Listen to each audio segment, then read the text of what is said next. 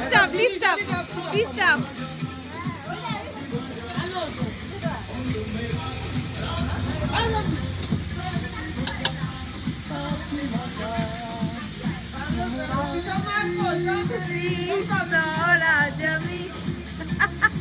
এটাই বেস্ট।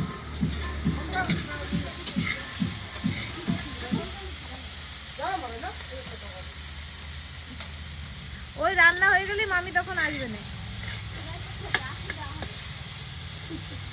গান বন্ধ হয়ে গেল কেন? এই যে আমাদের মঞ্চ, এখানে হবে আমাদের নাঞ্চ।